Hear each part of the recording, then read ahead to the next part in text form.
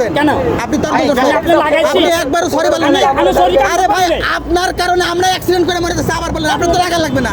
এই যে মার তো এই জন্য খাইছেন আপনি, মায়ের এই কারণে খাইছেন আপনি। আল্লাহ বিচার করবো, আমি তো অন্যায় করে আল্লাহ বিচার করবো।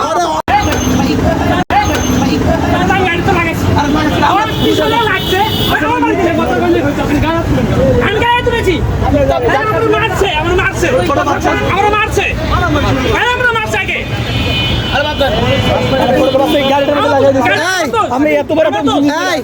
আমার কথা শুনেন, আমি তো বাজাইনি, আমার কথা শুনেন, আমি তো গাড়ি চালিয়ে যাই। আমার কথা শুনেন, আমি যে গাড়ি সাইড করে গ্লাস নামাই আপনাকে বললাম যে আপনার কারণে অ্যাক্সিডেন্টটা হয়েছে। আপনি তো তর্ক ভাই, আপনার বামে অটো বলে আপনি ডানে চাপ দেওয়ার জন্য মারি দিবেন, এটা এটা কোনো লজিক? আমি ডানে চাপবো না ভাই, এটা তো লজিক না ভাই। আপনি চাপবেন কেন? আপনি ব্রেক করবেন। অটো জুতে এবং চলে। হ্যাঁ গাড়ি আরে ভাই এই যে ইনারে, এই যে এটা ইনারে এটা উনি যায়নি বা খালি আমার যায়নি যায়নি মানে হয়তো আমার পিছনে ইনি এই শুনেন, এই ভাই শুনেন, উনি চাপ দিছে, চাপ দেওয়ার পর উনি ডানে চাপছে। আমি আমার প্রাইভেট গাড়ি নিয়ে লাগাই দিছি। আমার অন্যটা কি? আপনার অন্যায় হচ্ছে, আপনি তর্ক করছেন। কেন? আপনি তর্ক করছেন, আপনি একবারও সরি বলেন না। আরে ভাই আপনার কারণে আমরা অ্যাক্সিডেন্ট করে মরে যাচ্ছে আবার বললেন আপনার তো রাখা লাগবে না। এই যে মার তো এই জন্য খাইছেন আপনি, মায়ের এই কারণে খাইছেন আপনি।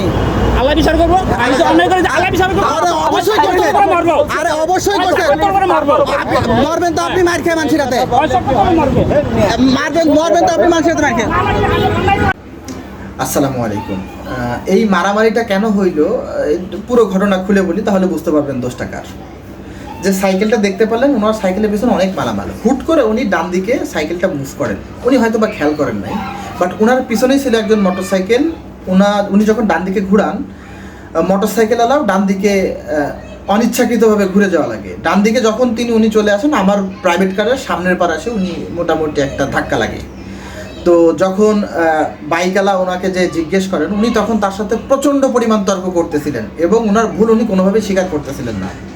ইভেন আমি যখন ওনাদের তর্ক দেখে সামনে গাড়ি দাঁড়া করে গ্লাস নামিয়ে সাইকেলওয়ালাকে বুঝাই যে ভাই ভুলটা আপনার, আপনি ভুলটা স্বীকার করেন, ইনি বেচ্ছরকভাবে তর্ক করতেছিলেন এবং প্রচুর চিল্লাপাল্লা করতেছিলেন। এরপরে যে বাইকওয়ালা তাকে বেশ কয়েকটা থাপ্পড় মারেন। আমি আসলে মারামারিকে সাপোর্ট করি না, তবে উনি যে পরিমাণ তর্ক করতেছিলেন অন্যায় করার পরেও ওনার মায়ের খাওয়া ফরজ হয়ে গেছিল। আর এরপরে যে যখন মায়ের খাওয়ার পরে সাইকেলওয়ালা সাইকেলটা সাইড করেন, আমিও প্রাইভেট কার সাইড করি, তারপরের ভিডিওটা আমি দেওয়ার চেষ্টা করছি। এইখানে পুরো ঘটনাটা মোটামুটি বুঝতে পারছেন, যতদূর সম্ভব তাকে বোঝানো হয়েছে।